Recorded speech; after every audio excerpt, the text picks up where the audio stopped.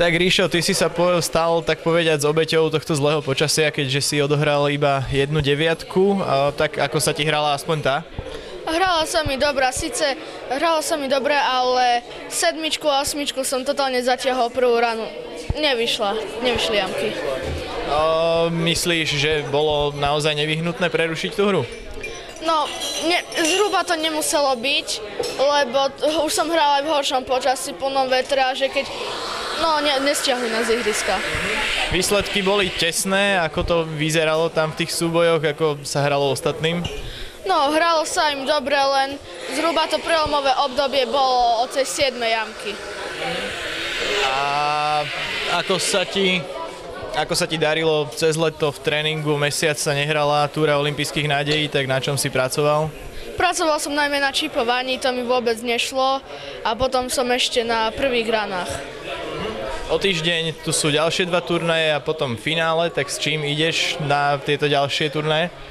Nie, že s tým, aby som vyhral, ale s tým, aby som zahral dobre pomerne na moje výsledky. Tak Maťo, prezradil si mi, že je to tvoja prvá výhra na túre olympijských nádejí. Celkom solidný výsledok, myslím si. Aj si celkom dobre zlepšil handicap, tak zhodnoť to, ako sa ti dnes hralo. Hralo sa mi veľmi dobre. Keďže som to ihrisko relatívne aj poznal, tak som približne vedela, ako sa to hrá. No a neviem, čo ďalšie dodať. Je to tvoje prvé víťazstvo na túre. Ako dlho sa venuješ golfu? Približne rok. Čiže rok stačí na to, aby človek vyhrával? To nie je zlé? Nie. Plánuješ sa zúčastniť aj ďalších kôl? Áno, určite. Teraz najbližšie do Malaciek pôjdeš aj a tak ďalej. A aké sú tvoje plány, ciele?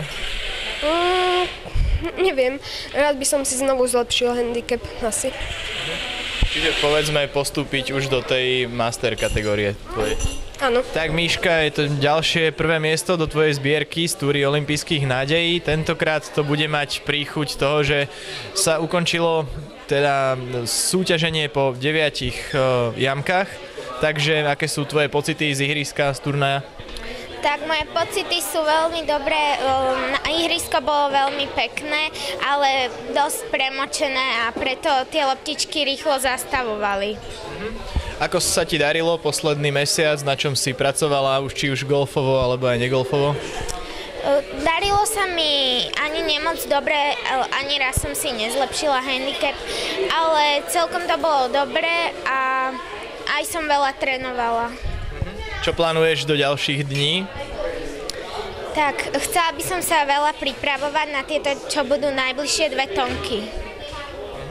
Akým spôsobom napríklad? Určite by som mala potrénovať chipping a putting, lebo ten mi moc až tak nešiel. Dobre, a potom v finále na táloch, tam budeš nejako špeciálne sa ešte na to pripravovať, či budeš pokračovať v obyčajnom tréningovom procese? Myslím, že tam sa budem pripravovať špeciálnejšie tým, že by som možno chcela stihnúť aj viac dní tréningu. Tak Katka, na teba som sa dozvedel jednu zaujímavú vec, a to, že tvoj brat, ktorému sa dnes až tak nedarilo ako tebe, musel odcestovať kvôli hokeju. Neplánuješ sa aj ty náhodou dať na gól, na hokej namiesto golfu? Nie. Nie, čiže ťa to baví. Takže dneska si vyhrala, tak zhodnoť svoju hru, ako sa ti hralo? Dobre sa mi hralo, až na to, že bolo trochu mokro. Poznala si ihrisko už predtým? No, som tu bola 2-krát hrať. Minulý rok a predtým rok.